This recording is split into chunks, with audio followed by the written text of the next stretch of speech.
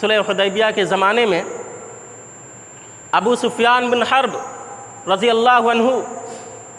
یہ ابھی جب مسلمان نہیں ہوئے تھے، کیونکہ ابو سفیان یہ تو فتح مکہ کے موقع پر مسلمان ہوئے، تو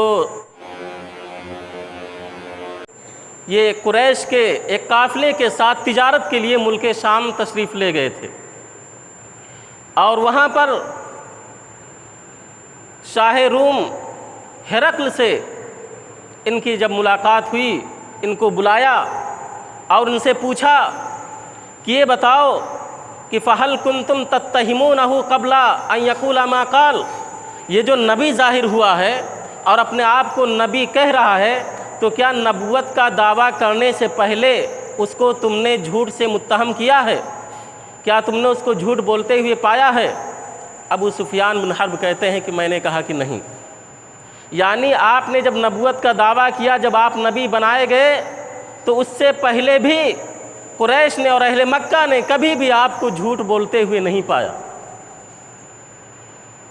تو خود اللہ کے نبی جناب محمد رسول اللہ صلی اللہ علیہ وسلم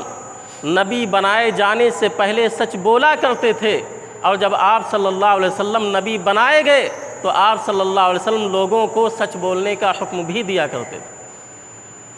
کیونکہ ہرقل نے ابو سفیان سے پوچھا تھا کہ فماذا یامرکم، وہ تمہیں یعنی وہ نبی جو ظاہر ہوا ہے وہ تمہیں کس بات کا حکم دیتا ہے؟ ابو سفیان کہتے ہیں کہ میں نے کہا کہ وہ کہتا ہے اعبدوا اللہ ولا تشرکوا بہ شیئا واترکوا ما یقول آباؤکم،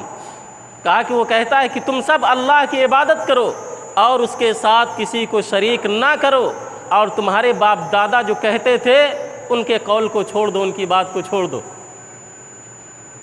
پھر کہا کہ وَيَأْمُرُنَا بِالصَّلَاةِ وَالصِّدْقِ وَالْعَفَافِ وَالصِّلَةِ، اور وہ نبی ہمیں نماز کا حکم دیتا ہے، ہمیں سچائی کا سچ بولنے کا حکم دیتا ہے، ہمیں پاک دامنی اختیار کرنے کا حکم دیتا ہے، اور ہمیں صلہ رحمی کرنے کا حکم دیتا ہے۔ تو اللہ کے نبی صلی اللہ علیہ وسلم نبی بنائے جانے کے بعد لوگوں کو سچ بولنے کا حکم دیا کرتے تھے۔